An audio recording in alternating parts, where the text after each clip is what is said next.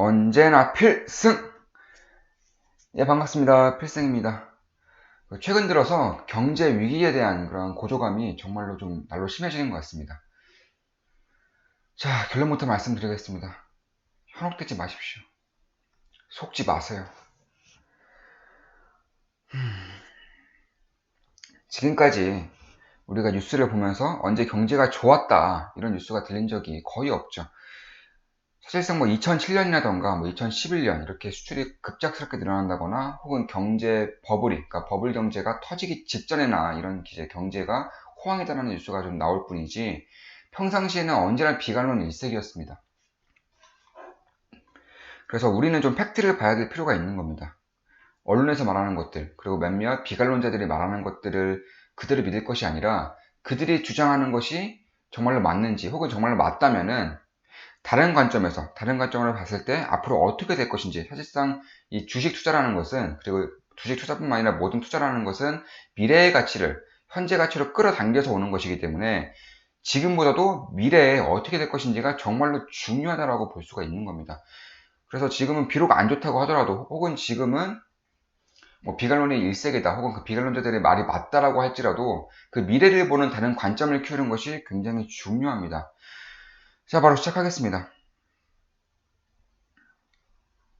사실상 그 뉴스가 좀 안 좋다, 혹은 비관론 일색이다, 이러한 가장 큰 원인 중에 하나가 바로 올해 1분기에 경제 성장률이 마이너스가 났다는 점이죠. 이미 났습니다. 이미 났고 그것을 충분히 반영하고 있음에도 불구하고 여전히 비관론은 계속적으로 이어지고 있는 것 같습니다. 그 다음으로 이제 달러 강세, 이 달러 강세에 따라서 환율이 급격하게 오르면서 이에 대한 불안감이 더욱더 커지고 있는 건데요. 자, 사실상 이 달러 강세는 오래가지 않을 것이다라고 보고 있습니다. 그런 이유는 미국은 이미 올해 초에 힌트를 줬습니다. 거의 답안지를 줬다고 할 정도로 큰 힌트를 줬는데요. 올해 9월부터는 이 긴축 완화, 그러니까 양적 완화를 긴축하는 것을, 이 긴축 경제를 중단하겠다라고 밝혔습니다. 그러니까 이 달러를 이 미국으로 끌어들이는 것을 이제는 중단하겠다라고 밝힌 겁니다. 지금까지는 이 달러를 이제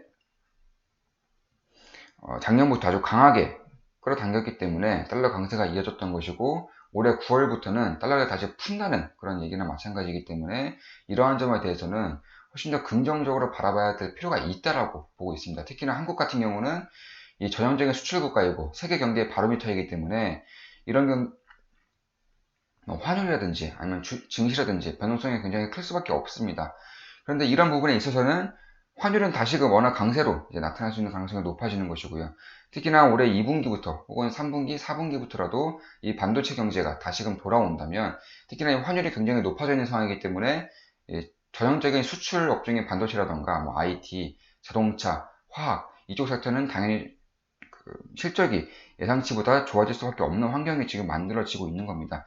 그러더불어서 이제 20이죠. 이제 유럽 같은 경우도 양적 완화를 중단하겠다라고 밝혔기 때문에 이게 필승 같은 경우는 올해 말 정도에는 양적 완화를 이제 중단하지 않을까 이렇게 보고 있습니다. 그 이유 중에 하나가 이 유로화에 대한 가치가 너무나 급락하고 있기 때문에 점차 유로 국가들에 대한 반발심이 커지고 있는 겁니다. 뭐 최근에도 포르투갈이 이제 위안화로서의 펀드를 조성하겠다라고 밝히고 있고요.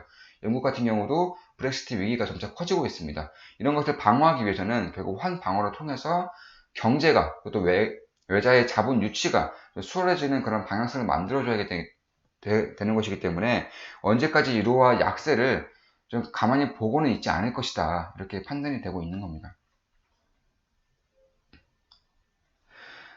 따라서 미국 같은 경우도 이제 무역 적자가 너무나 커지고 있는 그런 상황이기 때문에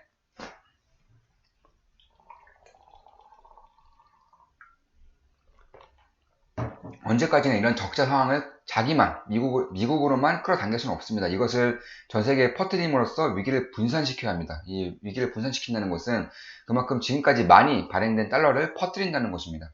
그만큼 달러가 많이 퍼뜨려질수록 달러의 가치는 낮아지는 것이고요. 그에 반대로 이제 원화라던가 신흥국에 대한 통화, 유로존 이쪽에 대한 이제 가치는 다시금 달러 대비해서 상대적으로 강해질 수 있는 환경이 지금 만들어지고 있다라고 저희 필승은 보고 있습니다. 따라서 환율이라던가 아니면은 뭐 경제 성장률이 안 좋아진다. 한국의 경제 성장률이 굉장히 암울하다. 뭐 코스피는 전저점을 깰 것이다. 코스닥은 이미 추세가 많이 꺾였다라고 지금 밝히고 있는 그런 의견들이 굉장히 많습니다. 이런 것은 뭐 다 공포 조장이죠. 공포 조장. 여전히 좀 신용잔고가 좀 높아지는 상황이기 때문에 여기서 작년과 같은 투매가 나온다면, 그러니까 신용잔고를 털어버리는 투매가 나온다면은 다시 한 번 더 정말로 좋은 기회가, 어쩌면 작년 말보다도 훨씬 더 큰 기회가 우리에게 올 수 있다라고 저 필승은 보고 있습니다.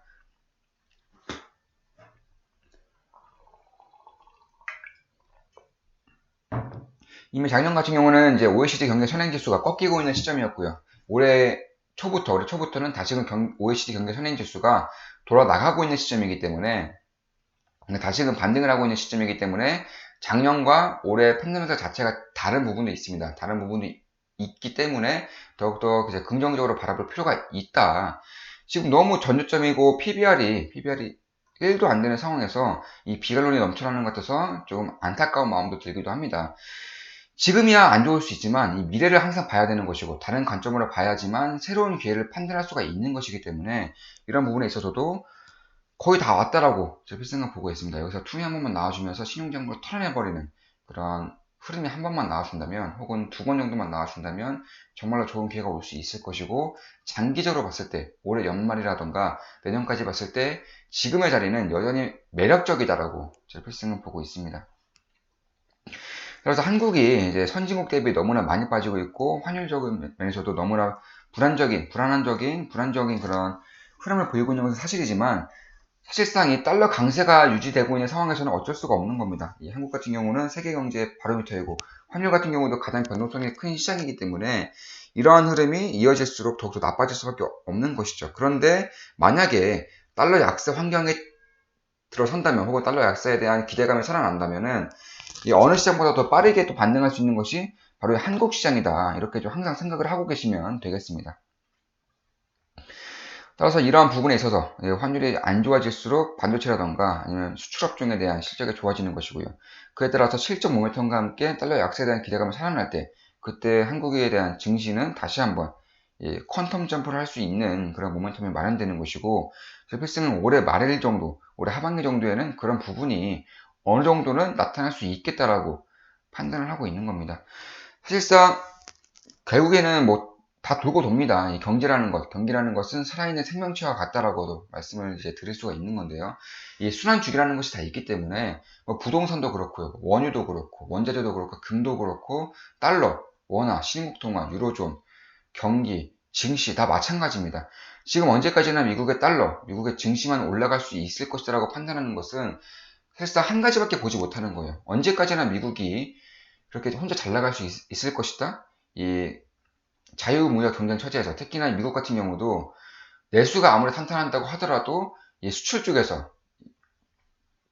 세계 수요 쪽에서 받쳐주지 못한다면은 결국 기술주 위주, IT 위주로 무너질 수밖에 없는 상황이 마련이 되는 것이기 때문에 이러한 현상은 오래가지 못한다. 그러니까 세계 경기가 정말로 신흥국 증시라던가 한국 경기가 외환위기처럼 무너지지만 않는다면은 다시 순환기는 돌고 돈다는 겁니다. 부동산 같은 경우도 서울이라던가 강남은 지금은 강하지만 2010년 초반때, 2011년이라든가 2012년 혹은 금융위기 직후를 보자면은 이 지방 쪽이 훨씬 더 많이 올랐다는 점을 좀 보실 수가 있을 겁니다. 다 이제 부동산 쪽에 관심을 가지는 분들은 그때는 지방이 올랐다, 그리고 지금은 서울이 오르고 있다라고 다 판단을 하시고 있을 것이죠. 그만큼 이 순환기라는 것은 언제나 돌고 돌기 때문에 언제까지나 이런 약세가 이어질 수는 없다, 이렇게 보고 있는 겁니다. 특히나 이 OECD 국가 중에서도 뭐 괜찮은 흐름을 보이고 있습니다. 뭐 최근에는 OECD 중에서 가장 뭐 최저점이다, 가장 뭐 경제 성장률이 안 좋다, 이러한 발표가 이어지고 있는 것인데,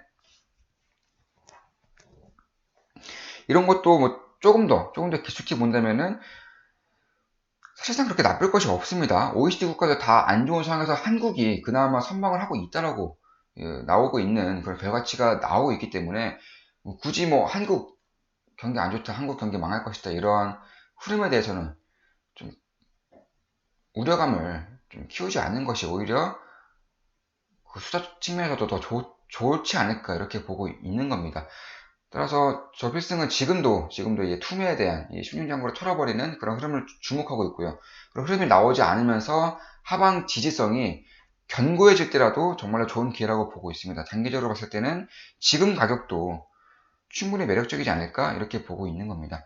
자, 이것으로 방송 마치겠습니다. 비관론에 너무 현혹되지 마십시오. 현혹되지 않으셔도 괜찮을 겁니다. 자, 방송 마치겠습니다. 필승이었습니다. 구독 똑똑똑 구독해주시면 감사하겠습니다. 필승!